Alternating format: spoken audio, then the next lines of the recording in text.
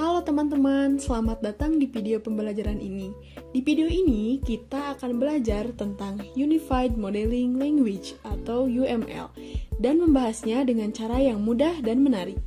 Belajar adalah kunci menuju masa depan yang lebih baik. Jadi, yuk simak videonya sampai selesai agar semakin paham. Dalam video ini, kita akan membahasnya secara lengkap dan mudah dipahami. Semoga video ini dapat membantu Anda memahami materi dengan lebih baik. Mari kita mulai. Nah, apa itu UML? Untuk membuat suatu aplikasi, kamu memerlukan suatu pemodelan. Pemodelan sama halnya dengan perancangan. Bedanya, pemodelan sendiri merupakan bentuk implementasi sistem bagaimana meletakkan suatu rancang bangun ke dalam sebuah gambar atau visual yang berbentuk diagram. Seorang programmer dapat dengan mudah memahami, menganalisa, dan mempermudah pembuatan suatu program menggunakan UML ini atau Unified Modeling Language. Perlu kamu ketahui juga bahwa sistem yang baik itu berawal dari perancangan dan pemodelan yang matang. Salah satu yang bisa kamu praktekkan yaitu dengan menggunakan UML. Nah, jadi apa sih tujuan dan fungsi diadakannya UML ini? Yaitu untuk memudahkan perancangan, dokumentasi, dan komunikasi dalam pengembangan sistem. Nah, terus apa sih keuntungannya menggunakan UML ini? Keuntungan menggunakan UML yaitu untuk membantu pemilik produk, manajer, dan pemangku untuk melacak kemajuan proyek dan berkomunikasi secara efektif selama proses pengembangan perangkat lunak. Dalam Unified Modeling Language atau UML terbagi menjadi dua kategori utama. 1. Struktural diagram atau diagram struktural. Fokus pada representasi statis dari sistem, yaitu bagaimana komponen-komponen sistem diorganisir dan berhubungan satu sama lain. 2. Behavioral diagram atau diagram perilaku. Fokus pada bagaimana komponen sistem berinteraksi dan berperilaku dalam berbagai skenario. Jenis diagram UML dalam struktural diagram yang pertama ada kelas diagram. Kelas diagram adalah diagram yang mendeskripsikan kelompok objek dengan properti, perilaku, atau operasi dan relasi yang sama. Diagram ini memberikan pandangan global atas struktur sistem. Karakteristik kelas diagram yaitu statis, menunjukkan struktur sistem yang tidak berubah seiring waktu. Lalu, memuat kelas, antarmuka, kolaborasi, dan relasi antar kelas. Selanjutnya, umum digunakan dalam pemodelan sistem berorientasi objek. Fungsi kelas diagram. Pertama, menjelaskan tipe objek dalam sistem dan hubungannya. 2. Membantu dalam visualisasi struktur kelas. Lalu yang ketiga, mempermudah perancangan dan pengembangan sistem berbasis objek. Elemen dalam kelas diagram yang pertama ada kelas, merepresentasikan entitas dengan atribut dan operasi. Kedua, objek, instansi dari suatu kelas dengan nilai atribut tertentu. Lalu ketiga, relasi, hubungan antar kelas seperti asosiasi, generalisasi, dan agregasi. Lalu yang terakhir, stereotype, digunakan dalam kelas analisis, tetapi lebih umum digunakan tanpa stereotype. Singkatnya, kelas diagram adalah alat yang penting dalam UML yang digunakan untuk memodelkan struktur sistem secara visual, membantu dalam analisis, desain, dan implementasi sistem berbasis objek. Kedua, objek diagram. Objek diagram adalah gambaran objek-objek dalam sistem pada satu titik waktu, karena lebih berfokus pada objek daripada kelas. Diagram ini sering disebut sebagai diagram perintah. Perbedaan dengan kelas diagram yaitu objek diagram menggambarkan objek dan hubungan antar objek, sedangkan kelas diagram menggambarkan struktur kelas dan relasinya. Tujuan objek diagram yang pertama, mengungkap detail tambahan dari kelas yang tidak terlihat di kelas diagram. Kedua, membantu analisis menemukan atribut, hubungan, atau operasi yang relevan. Ketiga, menemukan kemungkinan kesalahan dalam atribut atau relasi. Karakteristik objek diagram. 1. Statis, menunjukkan keadaan objek pada waktu tertentu. Kedua, menampilkan instansial statis dari elemen dalam kelas diagram. Ketiga, memvisualisasikan hubungan antara objek yang telah dibuat berdasarkan kelas diagram. Kesimpulannya, objek diagram digunakan untuk menganalisis dan memahami hubungan antar objek dalam sistem pada suatu waktu tertentu.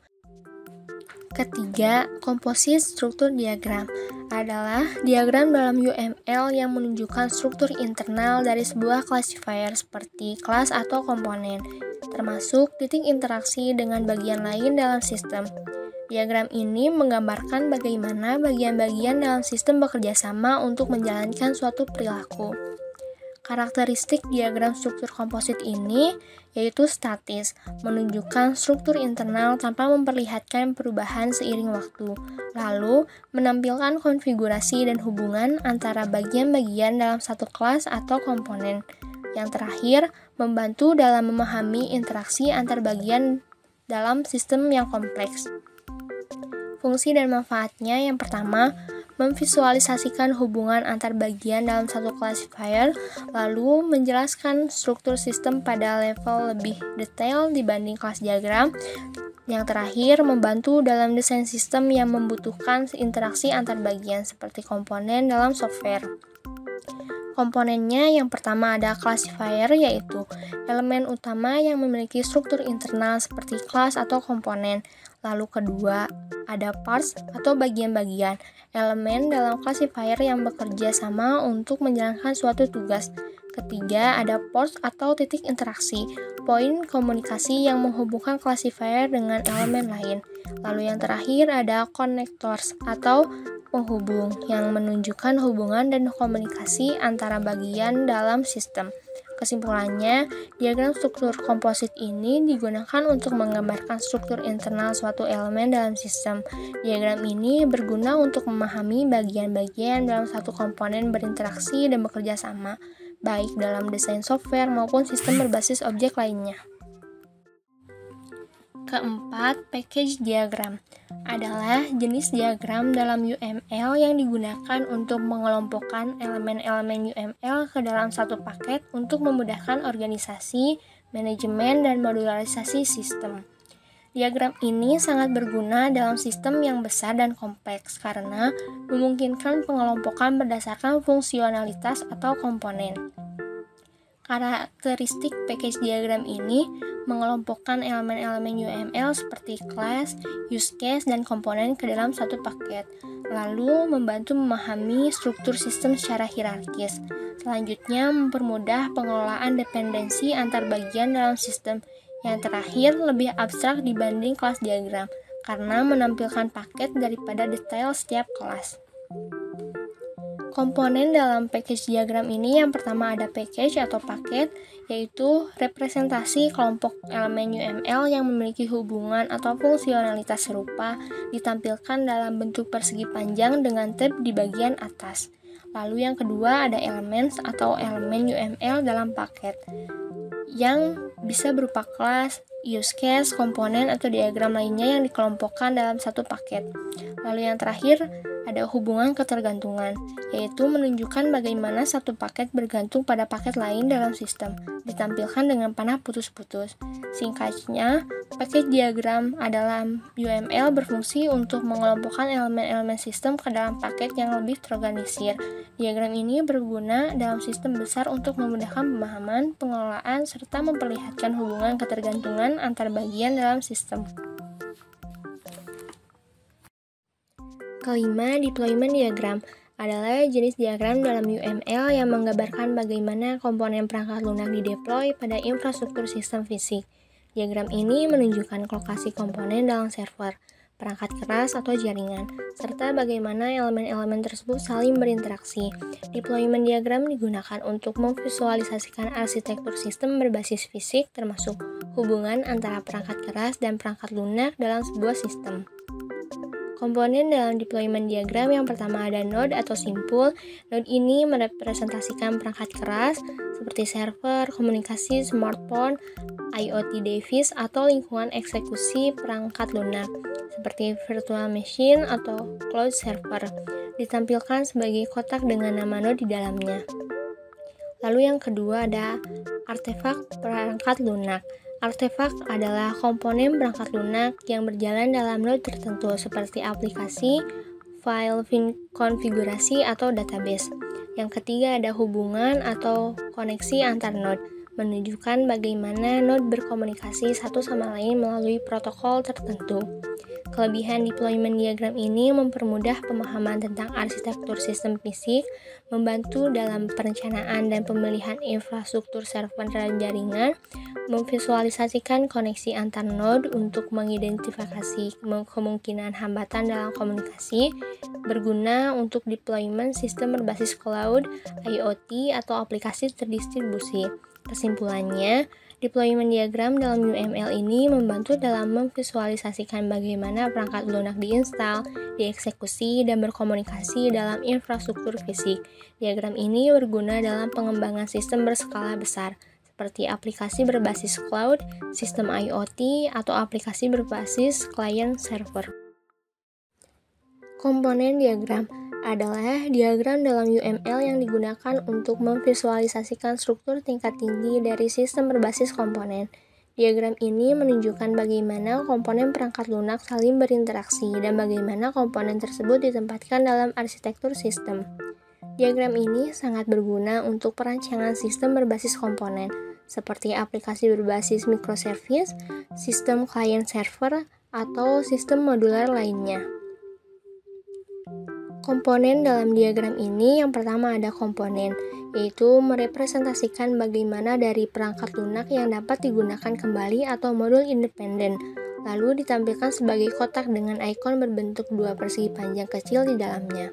Yang kedua ada interface atau antarmuka, menunjukkan bagaimana suatu komponen berinteraksi dengan komponen lain, lalu ditampilkan sebagai lingkaran dengan garis penghubung. Yang ketiga ada dependensi atau ketergantungan, menggambarkan hubungan antara komponen yang bergantung satu sama lain, ditampilkan dengan panah putus-putus yang menunjukkan arah ketergantungan. Kesimpulannya, diagram komponen dalam UML ini digunakan untuk memvisualisasikan arsitektur perangkat lunak berbasis komponen dengan mengkombinasikan diagram ini dengan deployment diagram. Diagram ini sangat berguna dalam pengembangan sistem client server, aplikasi berbasis microservice, atau sistem modular lainnya. Jenis diagram UML dalam behavioral diagram yang pertama ada state diagram. Adalah diagram UML yang digunakan untuk menggambarkan urutan kejadian yang dialami oleh suatu objek dalam suatu kelas. Diagram ini menunjukkan bagaimana objek berpindah dari satu keadaan atau state ke keadaan lain berdasarkan peristiwa atau event atau aksi atau action tertentu. Diagram ini sangat penting dalam pemodelan sistem yang bersifat reaktif, seperti sistem yang harus merespon masukan pengguna, sensor, atau perubahan kondisi lainnya. Karakteristik state diagram ini yang pertama bersifat dinamis, menggambarkan perubahan keadaan seiring waktu, lalu memuat state atau keadaan, transisi, event, dan aktivitas, lalu menunjukkan perilaku suatu objek dalam sistem berdasarkan perubahan kondisi. Yang terakhir digunakan untuk memodelkan antarmuka, kelas, atau sistem reaktif seperti sistem IoT, perangkat lunak, interaktif, atau otomasi industri. Komponen dalam state diagram ini yang pertama ada state atau keadaan, menunjukkan kondisi objek pada suatu titik waktu tertentu, digambarkan dengan kotak dengan sudut membulat. Yang kedua ada transition atau transisi, menunjukkan perubahan dari satu state ke state lain, digambarkan dengan panah. Yang ketiga event atau kejadian, merupakan pemicu transisi dari satu state ke state lain. Yang keempat ada action atau aksi, aktivitas yang terjadi selama satu atau sebagai akibat dari perubahan state. Yang kelima ada initial state atau state awal, titik awal objek dalam diagram. Yang keenam ada final state atau state akhir, titik akhir dalam siklus hidup objek. Kesimpulannya, state diagram ini digunakan untuk memodelkan perilaku suatu objek dalam sistem berdasarkan perubahan keadaan. Diagram ini sangat penting dalam sistem yang bersifat reaktif, seperti aplikasi interaktif, mesin otomatis, atau sistem berbasis event lainnya. Dengan memahami state diagram, pengembang dapat memastikan alur kerja sistem berjalan dengan baik dan menangani berbagai kondisi dengan tepat. Kedua, activity diagram adalah diagram dalam UML yang digunakan untuk memodelkan proses atau alur kerja dalam suatu sistem informasi. Diagram ini membantu dalam menggambarkan bagaimana suatu proses dimulai, berjalan, bercabang, dan berakhir. Activity diagram ini sering digunakan untuk memodelkan alur kerja bisnis atau proses dalam sistem, menggambarkan detail use case individu, menganalisis logika keputusan dalam metode tertentu, lalu menampilkan proses yang berjalan secara paralel.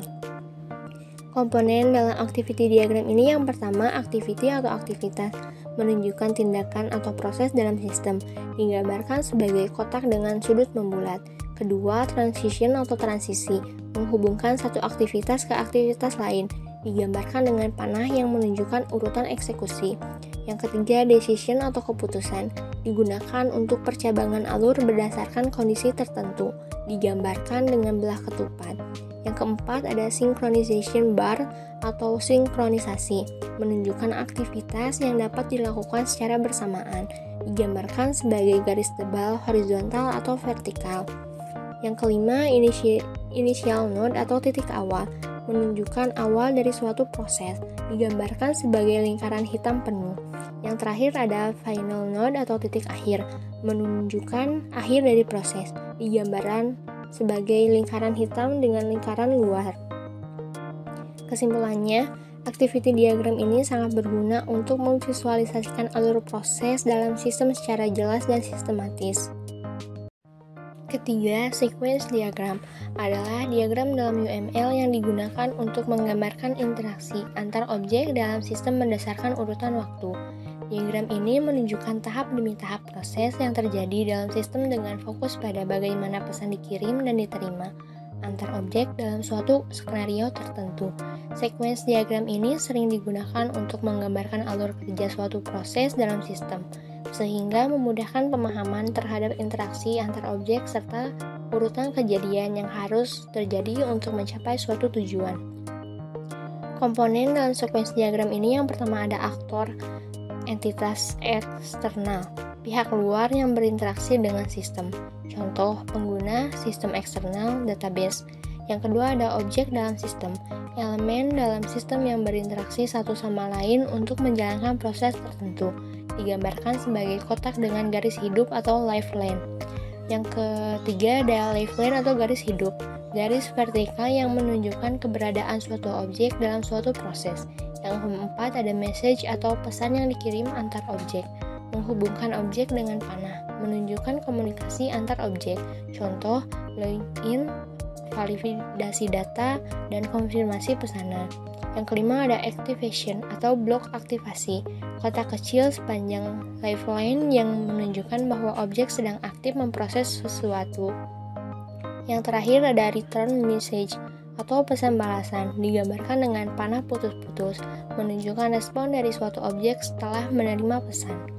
Kesimpulannya, sequence diagram ini sangat berguna dalam memahami interaksi objek berdasarkan waktu, sehingga membantu dalam mendesain sistem yang kompleks dan memastikan bahwa komunikasi antar objek berjalan sesuai dengan kebutuhan sistem. Keempat, communication diagram adalah diagram dalam UML yang digunakan untuk menggambarkan interaksi antar objek dalam suatu sistem dengan menekankan peran masing-masing objek dalam proses komunikasi. Diagram ini mirip dengan sequence diagram tetapi lebih fokus pada hubungan antara objek daripada urutan waktu pesan. Perbedaan dengan sequence diagram yang pertama, communication diagram berfokus pada hubungan antar objek sedangkan sequence diagram fokus pada urutan waktu pesan. Kedua, penggambaran. Communication diagram menunjukkan objek dan relasinya dengan pesan yang dikirim, sedangkan sequence diagram penggambarannya menunjukkan waktu urutan eksekusi dalam bentuk garis waktu. Lalu, ketiga, kelebihan. Communication diagram lebih baik dalam menunjukkan hubungan antar objek, sedangkan sequence diagram lebih baik dalam menunjukkan alur eksekusi sistem.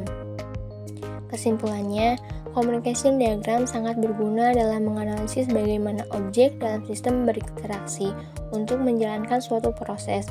Diagram ini membantu dalam memahami hubungan antar objek, memastikan bahwa komunikasi antar komponen sistem berjalan dengan baik, dan memberikan gambaran lebih jelas mengenai bagaimana pesan diproses dalam suatu. Kelima, interaction overview diagram adalah diagram dalam UML yang menggabungkan konsep dari activity diagram, dan sequence diagram. Diagram ini digunakan untuk memberikan gambaran tingkat tinggi mengenai alur interaksi dalam suatu sistem, tetapi dengan lebih banyak fokus pada urutan eksekusi dan hubungan antar proses. Karakteristiknya, yang pertama bersifat dinamis, kedua menggabungkan activity dan sequence diagram, ketiga menjelaskan aliran kontrol, yang keempat digunakan untuk sistem yang kompleks. Fungsinya yaitu menyediakan gambaran tingkat tinggi dari interaksi dalam sistem, menjelaskan bagaimana suatu sistem menangani proses dari awal hingga akhir, membantu dalam analisis sistem berbasis objek, dan memudahkan identifikasi langkah-langkah utama dalam interaksi antar objek. Kesimpulannya, interaksi overview diagram ini merupakan alat yang sangat bermanfaat dalam memahami alur proses yang kompleks, terutama dalam sistem yang memiliki banyak interaksi dan skenario. Diagram ini memberikan gambaran menyeluruh tentang bagaimana berbagai bagian dalam sistem saling berinteraksi, sehingga memudahkan dalam desain analisis dan pengembangan sistem berbasis objek. Keenam, timing diagram adalah diagram dalam UML yang digunakan untuk memperlihatkan interaksi objek dalam sistem berdasarkan aspek waktu. Diagram ini membantu menggambarkan perubahan keadaan atau state suatu objek atau kelompok objek seiring berjalannya waktu serta bagaimana mereka merespon terhadap kejadian eksternal.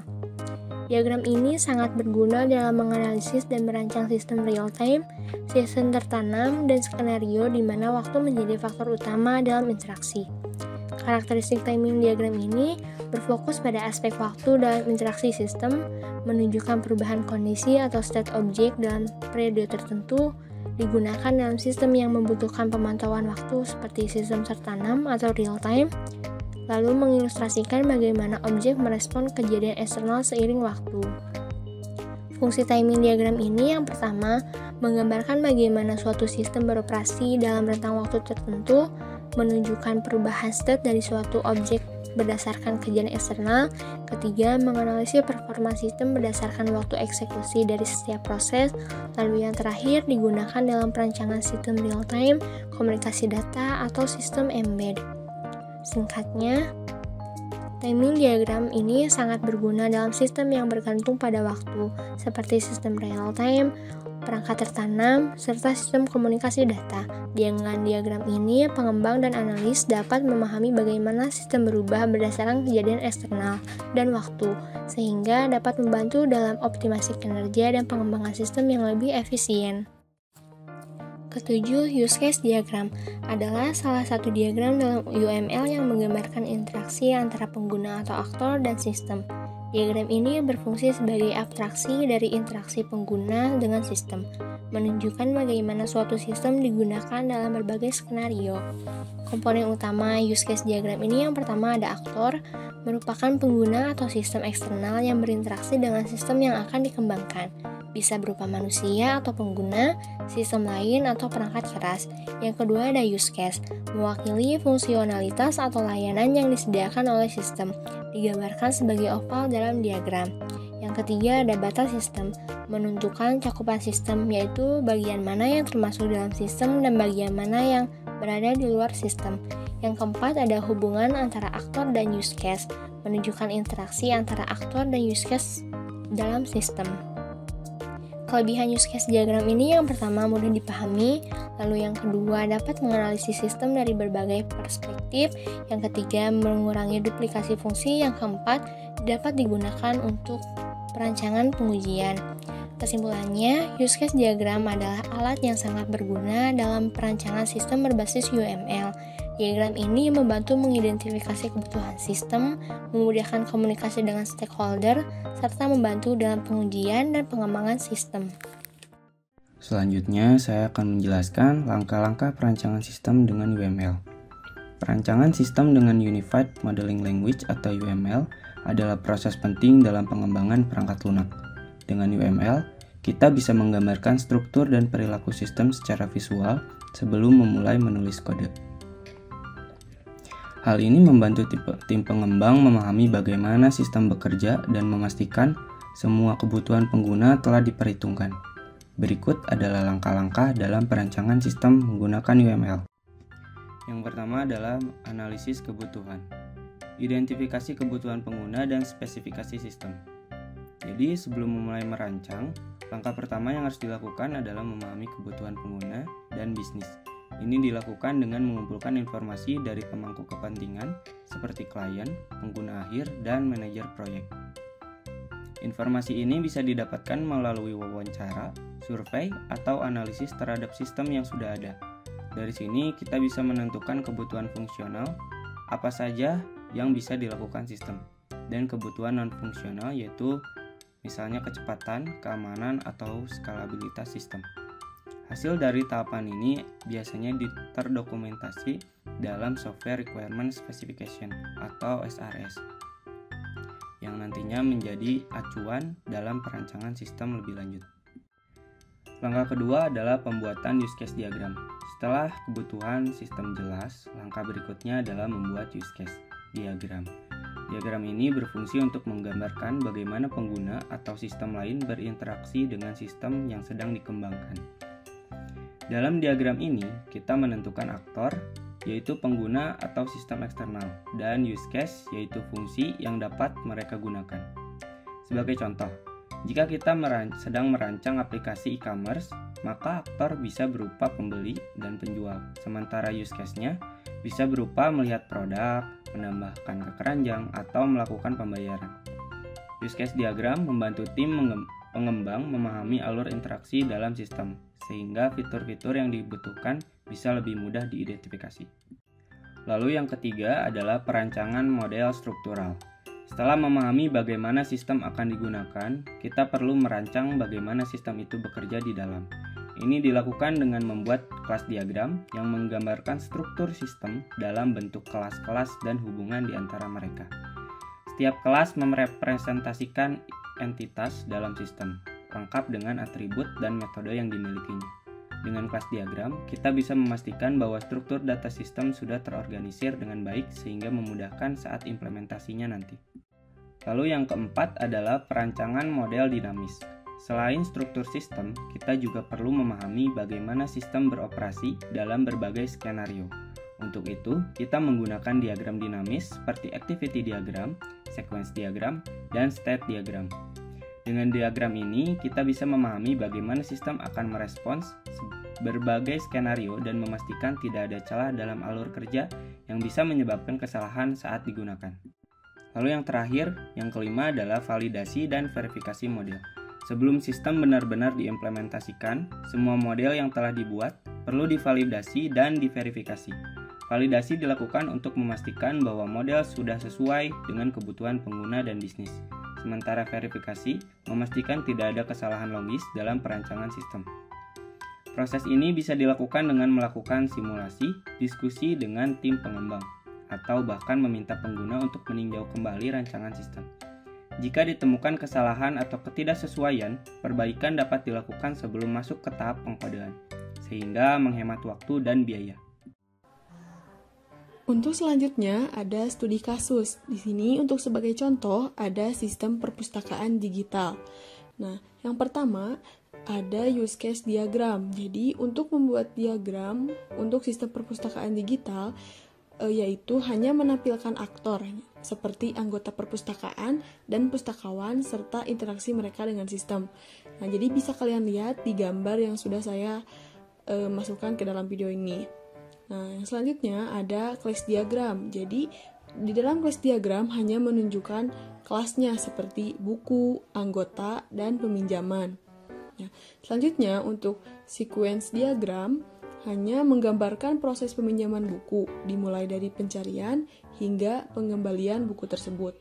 Nah, selanjutnya untuk activity diagram hanya mengilustrasikan alur peminjaman dan pengembalian buku dalam sistem. Nah, selanjutnya untuk state diagram hanya memperlihatkan perubahan status buku dari tersedia hingga dipinjam dan dikembalikan. Nah, jadi itu studi kasus yang bisa saya berikan.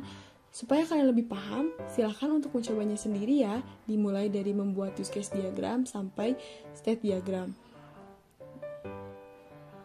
Sebelum mengakhiri video ini, tadi kita sudah membahas materi tentang UML, dimulai dari definisinya, jenis-jenis diagram, serta langkah-langkah pembuatan diagramnya.